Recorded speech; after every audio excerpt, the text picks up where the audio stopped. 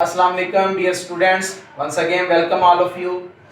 आज हम कंटिन्यू करेंगे टॉपिक को biology and service of mankind कि किस तरह बायोलॉजी जो है ये इंसानियत की खिदमत करती है। ये हम देख चुके कि 3 तरीकों के थ्रू ये इंसानियत की खिदमत करती है। Number 1 food production, number 2 disease control, number 3 protection and conserving environment. इनमें से जो पहला तरीका था फूड प्रोडक्शन का वो हम पढ़ चुके। अब हम डिस्कस करेंगे सेकंड मेथड को, दैट इज डिजीज कंट्रोल। तो देखें, there is a fantastic progress in the areas of, कहते हैं 2 चीजों के अंदर बायोलॉजी में बड़ी तरक्की हुई। कौन कौन से एरियाज में? नंबर 1 हेल्थ के अंदर, नंबर 2 डिजीज कंट्रोल के अंदर। कि बायोलॉजी ने हमें बताया कि किस तरह अपनी हेल्थ को इंप्रूव करना है और किस तरह डिजीज से बचना है।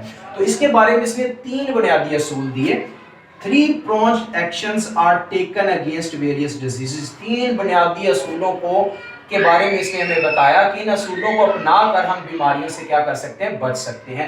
इनमें सबसे पहला तरीका क्या है कि भाई किसी भी बीमारी से अगर बचना है तो सबसे पहले हमें एहतियाती तदाबीर करनी है। वो क्या कहलाती हैं? These are called preventive measures। इन्हें हम क्या नाम देते हैं? Preventive measures. सेकंड जो तरीकाकार है हमारे पास वैक्सीनेशन, कि अगर बीमारी से हमें बचना है तो हमें वैक्सीन्स करवानी है। वैक्सीन से क्या होता है? इम्यूनाइजेशन होती है, हमारा कुव्वत मदाफित सिस्टम जो है वो बूस्ट अप होता है और जिस्म में बीमारियों से लड़ने की सलाहियत ज्यादा हो जाती है।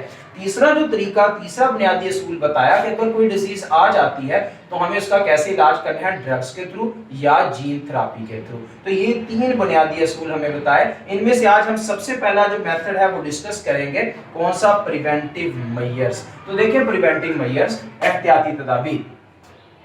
The advances in biological sciences, जैसे जैसे बायोलॉजिकल साइंसेस के अंदर एडवांसमेंट आती चली गई, है प्रोवाइडेड अस इंफॉर्मेशन। इससे हमें इंफॉर्मेशन दी 2 चीजों के बारे में।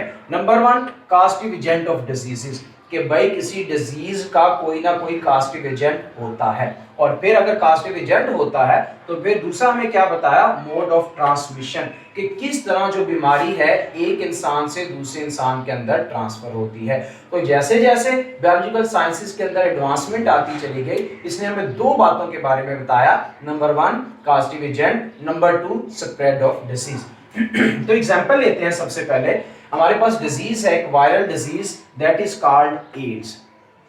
एड्स इसका एब्रीविएशन है एक्वायर्ड इम्यूनो डेफिशिएंसी सिंड्रोम। नाम से ही जाहिर है इम्यूनो डेफिशिएंसी, भाई ऐसी डिजीज जिसके अंदर इम्यून सिस्टम डेफिशिएंट हो जाता है, वो इस काबिल नहीं रहता कि वो डिजीज से लड़ सके। और सिंड्रोम ऐसी बीमारी को कहते हैं जिसकी डिफरेंट सिम्टम्स होती हैं जो इजीली समझ में ना आ सके। बेसिकली डिफरेंट सिम्टम्स के मजमूए को हम क्या नाम देते हैं? सिंड्रोम का नाम दे देते हैं। तो देखें, एड्स एक वायरल डिजीज है।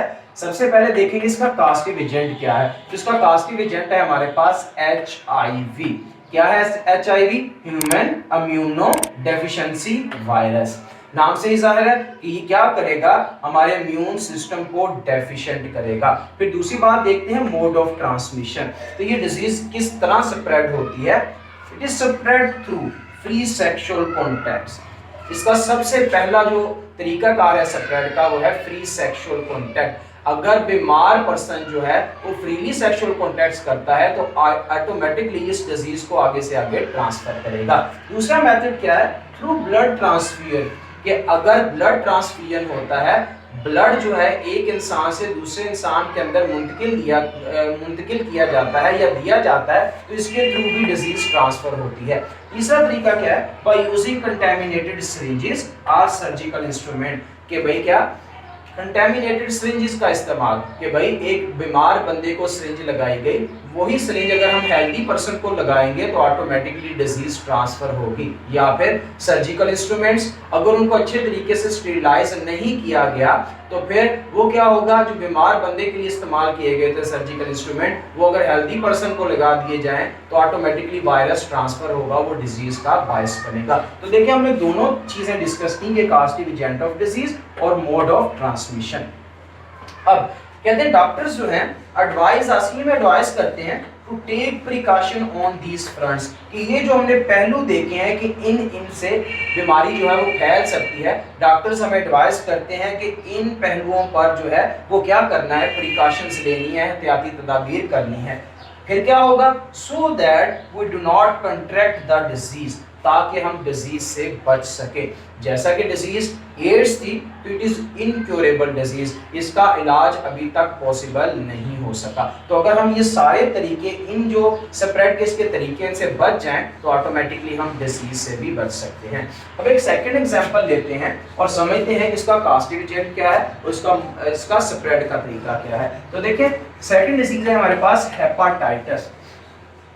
Hepatitis mean inflammation of the liver, ये बेसिकली लिवर की सोजिश का नाम है hepatitis, that is caused by H virus, hepatitis virus. ये कौन काज करता है, एच वायरस काज करता है। इसका मोड ऑफ ट्रांसमिशन क्या है, तो देखिए इट इज स्प्रेड थ्रू, ये कैसे ट्रांसमिट होती है, ब्लड ट्रांसफ्यूजन के थ्रू, जो हम पहले भी देख चुके हैं कि ब्लड जो ट्रांसफ्यूजन है it is the common mean to spread of the disease.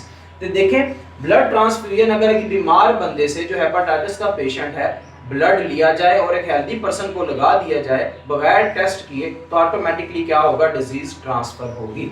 दूसरा तरीका क्या है, बाय यूजिंग कंटेमिनेटेड सिरिंजेस, कि हमें क्या, अगर हम कंटेमिनेटेड सिरिंजेस का इस्तेमाल करते हैं या फिर कंटेमिनेटेड सर्जिकल इंस्ट्रूमेंट का इस्तेमाल करते हैं तो फिर भी डिजीज के ट्रांसफर होने के चांसेस बढ़ जाते हैं, जैसा कि हमने एड्स के केस के अंदर देखा।